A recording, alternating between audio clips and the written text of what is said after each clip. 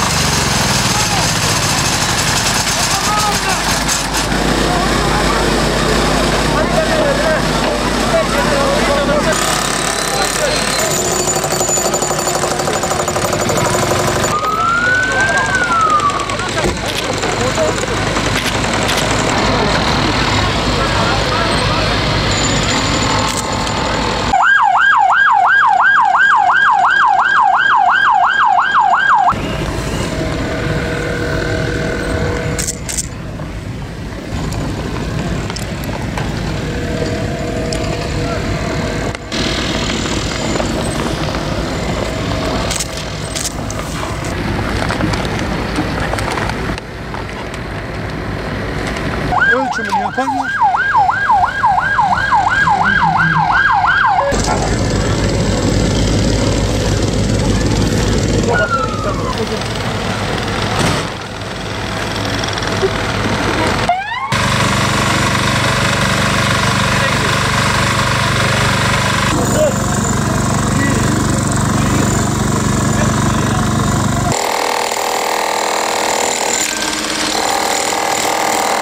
Şu anda Batman Valiliği Afet Koordinasyon Tırımızın içindeyiz. Bu tır Türkiye'de valilikler tarafından hayata geçirilmiş olan ilk afet koordinasyon tırıdır. Bu tırın bir benzeri şu anda AFAD Başkanlığı tarafından aynı şekilde opera ediliyor ve yönetiliyor. Kahramanmaraş merkezi depremlerde şu net şekilde gördük ki bu şekildeki afet yönetim, mobil afet yönetim merkezlerine şiddetle ihtiyaç duyuluyor. Çünkü afette kamu binaları da, özellikle valilik binaları da, kaymakamlık binaları da yıkılmasa dahi hasar alabiliyor. Hasar aldığı zaman da bu binalar kullanılamıyor.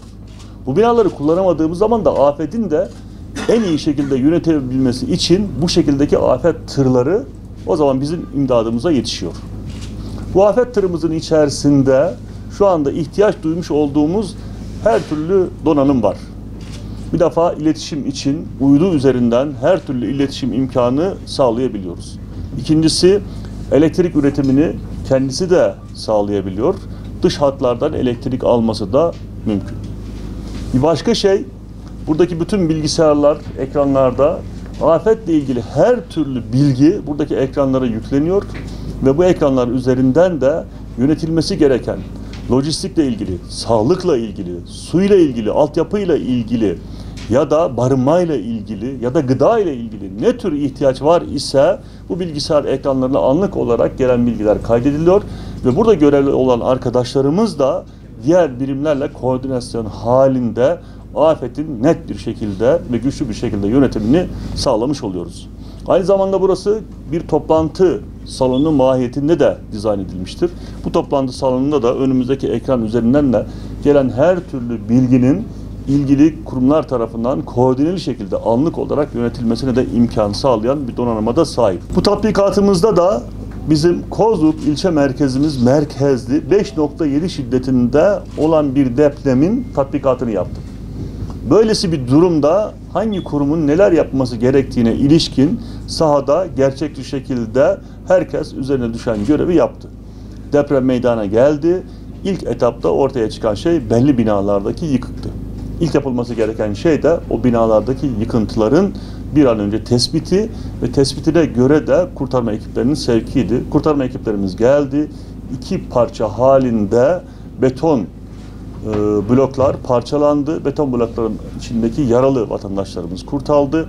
Bekleyen ambulans ekiplerimiz vatandaşlarımızı gerektiği şekilde kendileri hastaneye nakletti. Ama bunun dışında bir de yangın çıkmıştı. Yangını da gene aynı şekilde itfaiye ekiplerimiz gerekli müdahalelerde bulundu.